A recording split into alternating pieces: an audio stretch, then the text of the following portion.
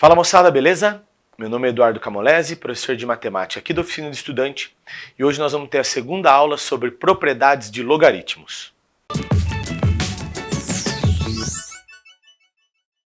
Bom pessoal, lembrando, essa é a segunda aula de propriedades de logaritmo. A primeira vai estar aparecendo aqui o link para vocês. Se vocês não assistiram ainda, dê uma olhadinha nessa primeira aula, tá bem interessante.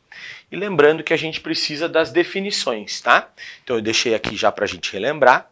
Tudo que a gente vai fazer na aula de hoje está associado à definição de logaritmo. Log é expoente, lembra? Log de b na base a é um certo c, de tal forma que a elevado a c dá b. E para todos os valores que a gente vai usar aqui, sempre respeitando a condição de existência.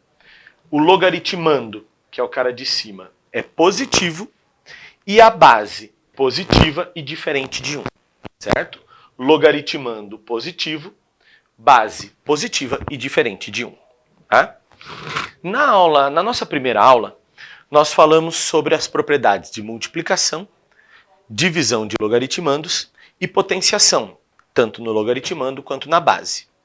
Nessa aula, nós vamos falar de uma ferramenta muito importante dentro do logaritmo, que é a mudança de base, tá? Que, como o próprio nome diz, é uma propriedade que permite alterar a base do logaritmo, né? E por que eu faria isso? Ora, quando for conveniente dentro de um exercício, quando a base que estiver apresentada no problema não for a base que eu vou precisar usar, né? Se o exercício me deu no enunciado um log na base 10 e pede um log na base 25, como esse exemplo, como é que a gente vai fazer, né? A proposta para a gente resolver aqui no final da aula é um exercício onde ele te dá o log de 2 na base 10 como x, log de 5 na base 10 como y. Né? Sempre que isso aparece, né, a gente vai dar a resposta em função de x e y. Né? Que eu ganhei tempo, não indiquei isso para a gente, mas em função de x e y, a gente quer calcular o log de 8 na base 25. Note que as informações foram dadas na base 10. Né? Então, como é que a gente vai trabalhar para fazer a mudança de base? Bom, respeitando as condições de existência, sempre lembrando disso, nós podemos transformar um logaritmo em uma divisão de dois logs. Tá? Então eu consigo transformar o meu logaritmo numa divisão de dois logs. Então, log de b na base c vira log de b sobre log de c. Então perceba, aqui eu tenho um log cujo logaritmando é b e a base é c. A mudança de base permite que eu transforme esse logaritmo numa divisão de dois logs. Né? O numerador, aqui, o cara de cima da divisão, tem logaritmando igual ao do log original. E o denominador, o cara de baixo, tem o logaritmando, perdão, igual à base do log original. Tá? Agora, em qual base que eu vou colocar aqui? A base que for necessária para que eu utilize no exercício. Né? Nesse exemplo, eu vou pôr, por exemplo, uma base A qualquer. Agora, a mesma base que eu coloquei em cima, eu coloco embaixo. Tá? Então, numa base qualquer aí, A. Tá? Olhando então para esse exercício, eu tenho log de 8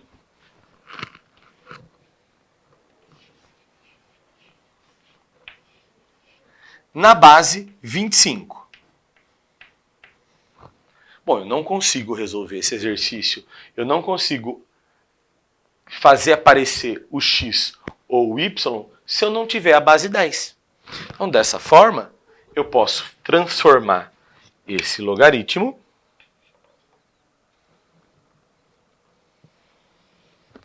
numa divisão de log de 8 sobre log de 25 na base que for conveniente.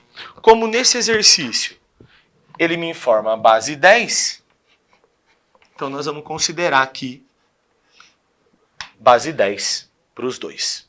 Certo? Bom, Tendo a base, agora a gente vai resolver. Esse cara não deu informação à toa pra gente, né?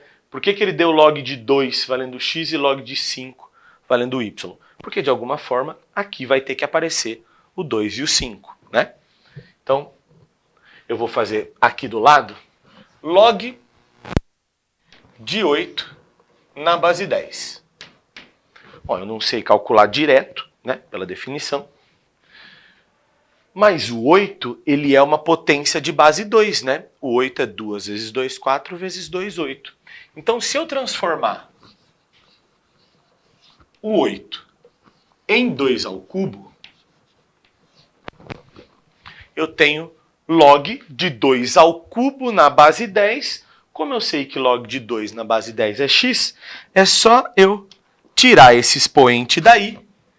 E aí você se lembra da aula anterior, propriedade de logaritmo é a regrinha do tombo. Então isso cai e vai virar 3 vezes log de 2 na base 10.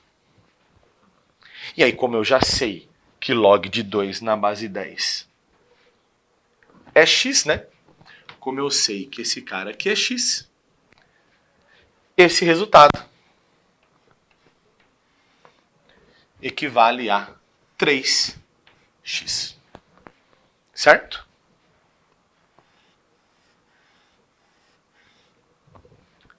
Vamos para o segundo.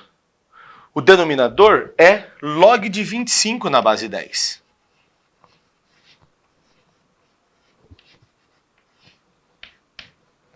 Propriedade de potência, 25 é 5 ao quadrado.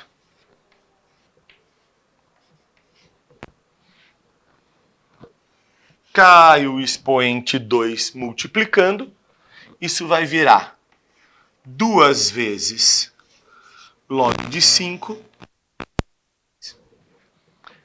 E eu sei que log de 5 na base 10 vale y.